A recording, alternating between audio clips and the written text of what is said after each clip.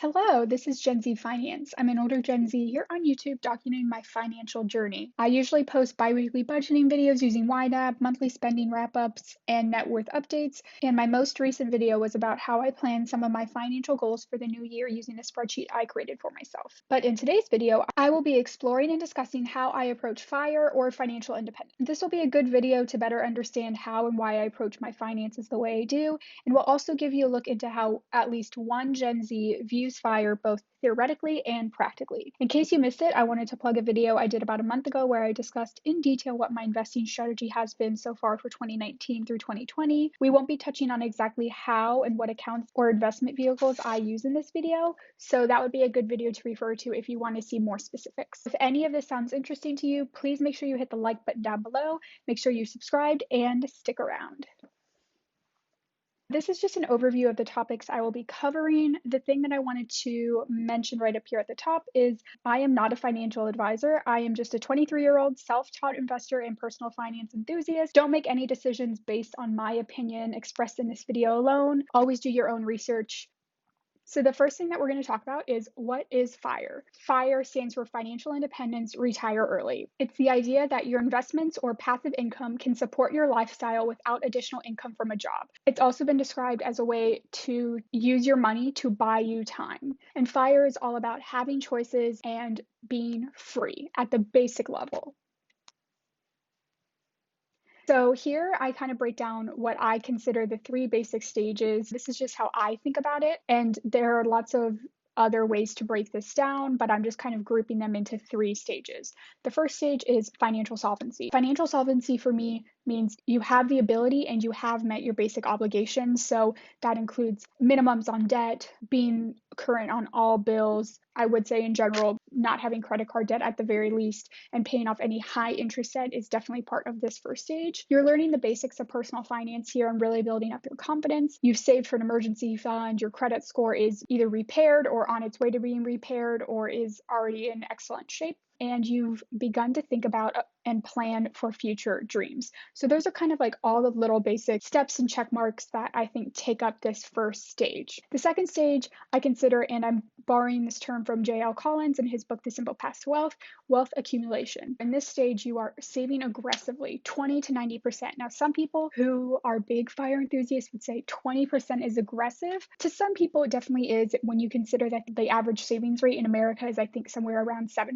And I think we can all agree whether FIRE is your goal or not, a 20% in savings rate specifically for retirement or at the very least long-term goals will put you in a situation that is better than 95% of at least Americans. I can't really speak to how well people save for retirement in other countries. The second marker of the wealth accumulation stage is just living below your means. Now, you might be living below your means in the financial solvency stage or to reach the financial solvency stage, but this is like the big marker because, again, you're investing the difference between what your income is and what your expenses are. And then again, borrowing from J.L. Collins, you have FU money, or you are on your way to having FU money. If you want to learn more about what FU money is, I will leave a link down below to a blog article that J.L. Collins published on this topic. The third stage is, again, borrowing from J.L. Collins, called wealth preservation. So in this, you are financially independent. Even if you're not quite yet retired early, you at least have the option. You might be drawing down from investments. Again, if you're not retired early, this might not apply to you, but this stage is mainly marked by financial bliss. And now it might not be complete bliss. A lot of people at this stage are still going to be worried about finances and making sure that they're withdrawing at the safe withdrawal rate and all of that, but you are financially free. You don't have to rely on that next paycheck. So here's just a little breakdown of the math on FIRE. For the most part, it's actually pretty simple to calculate what your financial independence number is. And it's all based off of this study published in 1998. And it's called the 4% or 25 times rule. So once you have saved or invested 25 times your annual spending, you are then financially independent. And from then on, you could simply withdraw 4% of your investments each year and never run out of money. There are some kind of asterisks with that, which I've highlighted on the right. The safe withdrawal rate can range anywhere between 3 to 5%. This is all dependent on what the market is doing and your specific risk tolerance. You might need some extra buffer in your investment number for emergencies or infrequent big purchases, such as when you're going to need to replace a car or perhaps get a new roof for your house. You also want to take into account increased costs for healthcare, college, things that are going to greatly outpace inflation. So in the middle, we have an example of this. So let's say your annual spending per year is $35,000. With a safe withdrawal rate of 4%, you simply need $875,000 to become financially independent. And again, that's just taking $35,000 times 25. Let's say your spending is $35,000, but you want a buffer of $5K either for emergencies or for slight lifestyle inflation that you want to have after you retire because you've worked so hard. Let's say in this case, you consider a safe withdrawal rate as 3.5%. Again, it's a bit more conservative than 4%. For this math, you would take $40,000, which is your annual spending plus the $5,000 buffer you want, times 28.5, which will roughly get you to that 3.5% savings rate, which means you would need $1,140,000 invested to be financially independent. So the math is actually pretty simple. It just really comes down to finding that number. On this slide, I had a whole list of concerns and reasons why I have hesitations about FIRE, or at least some of my least favorite things about how FIRE is actually achieved. But I actually had so many thoughts. It was just going to be too long to talk about them all. Let me know down below if you would be interested in hearing about some of my hesitations, concerns, and kind of the ugly side of FIRE. The basics of it is the movement does have a lot of ethical issues. Sometimes these ethical issues just arise in the theory of it. Some of it comes from putting the basic tenets into practice, and some of it comes from the general community. So let me know down below if you'd be interested in hearing them. So why don't I have an FI number? How can I be working towards financial independence and FIRE if I don't have a financial independence number? Especially given that the math, as we've already gone over, is so simple. Why can't I give you guys a number? Well, the too long didn't read. The summary is this number for me would be guaranteed to change dramatically. I don't want to become focused on a number that I maybe arbitrarily pick today that is eventually a useless target. So that's the summary of it, but it really comes down to a couple of things. I have artificially low living expenses right now. In 2019, and I'm on track for 2020 as well, I would have spent less than $10,000, not including any money sent to debt when I was paying off my student loans or money sent to retirement. Excluding those two types of expenses, I've spent less than $10,000 2 years in a row. However, I am 100% certain that my annual living expenses are not going to be $10,000 for the rest of my life, and I can't give you or myself a true accurate number of what I can expect my living expenses to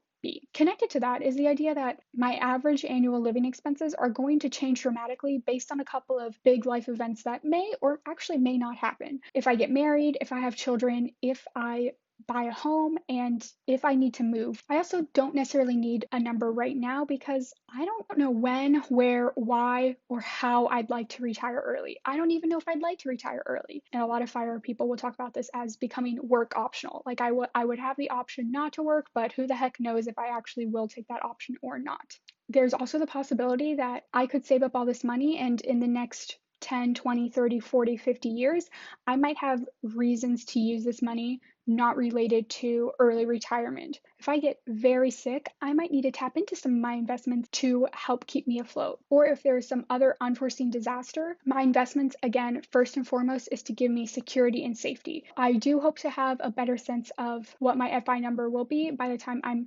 30. The great thing about FI is you don't really need a number to start saving and start investing. Eventually, I know I'm going to need this money, whether that is for normal retirement, early retirement, or any unforeseen circumstances. I'm going to need this money, so why not start saving it now and worry about how much I exactly need at a much later point? So even though I don't know what my exact number is, I do like to run lots of different scenarios. I love playing with investing in retirement calculators to see different numbers, give different scenarios. I don't really use a firm set of assumptions. Like I'm not always using 3% inflation and 8% return or 10% return. I'm not always using the same savings rate, withdrawal rate, all of that. Because again, I really don't know what life will be like for me in 1 year, let alone 5 years, let alone 50 years. Here's just a list of some of my favorite calculators that I use. For this video, I did actually run a couple of scenarios using the bank rate retirement calculator. There will be a link down below. And I had the same set of assumptions. So the assumption was I would receive an 8% return on investment before retirement, a 3% return of investment during retirement because I would probably be in a more conservative asset allocation, probably holding more bonds. And then I said there would be inflation every year of about 3%. So this is pretty conservative.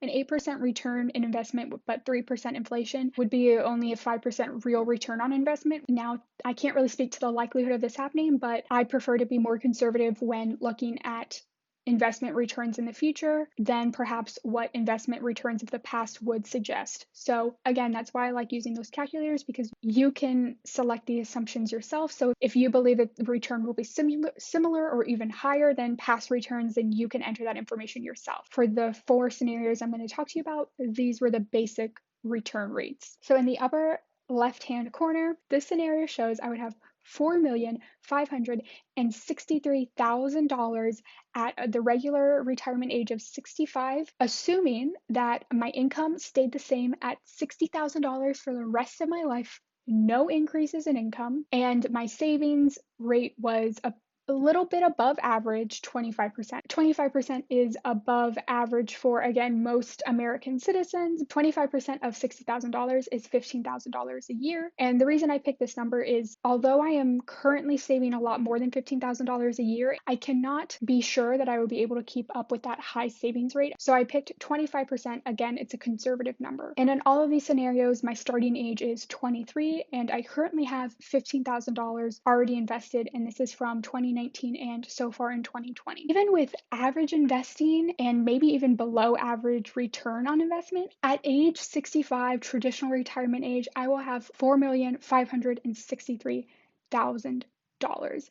And I guarantee you that will be enough to get me through the rest of my life. So I feel very comfortable with that. On the upper right-hand side, I showed you the scenario, again, retiring at 65, but with my savings rate being 50% or $30,000 a year, which is my current investing rate. With this scenario, if I could save $30,000 a year, I would have $8,775,000 at 65, which, let me tell you, is way more than I would ever need. On the bottom left-hand side, I show you how much money I would have with my current investing of 50% or $30,000 a year if I retired at age 45. So this would be retiring early by about 20 years.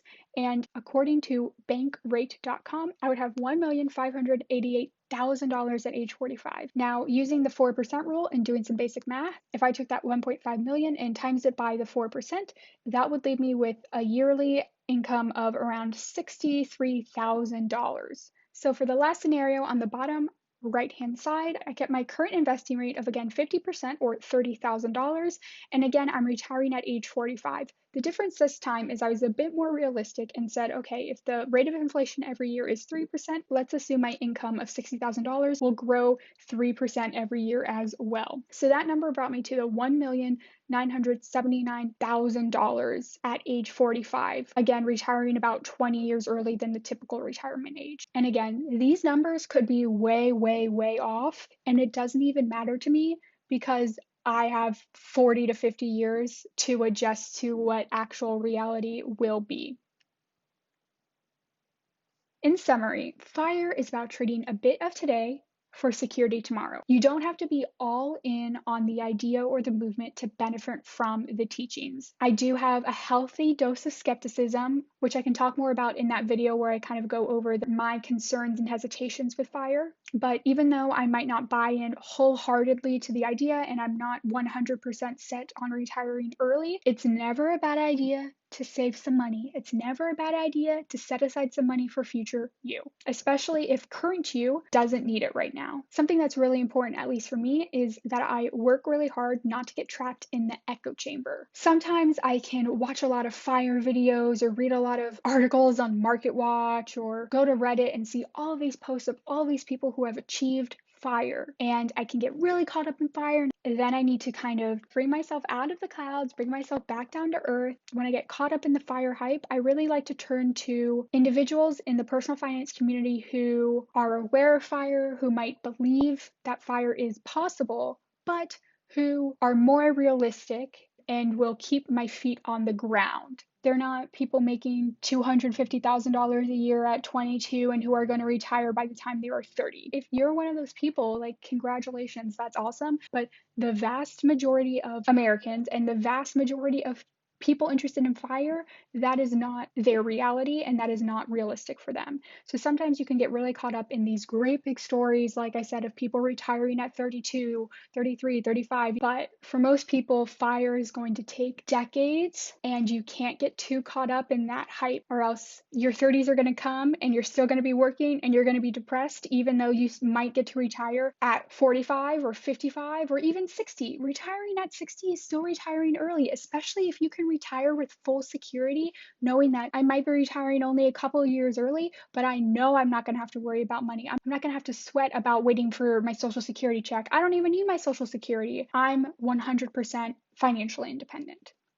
So that is the end of this video. I hope you guys liked it. Again, on my channel, Gen Z Finance, you will find a whole lot of videos about financial topics. Again, I do bi-weekly budgeting using YNAB or You Need a Budget. I go over my monthly spending and savings report, do net worth updates, quarterly reviews. And now that we're coming to the end of 2020, I'm starting to do videos on how to prepare for the new year, set goals, and how I close out my spending and budget as the year comes to an end. I'm also posting just general financial journey information like this video. And again, if you're interested in learning how I've been investing for FIRE so far in 2019 and 2020, please check out this link up above. Make sure you hit the like button and the subscribe button so that you can stay up to date with all of my future videos.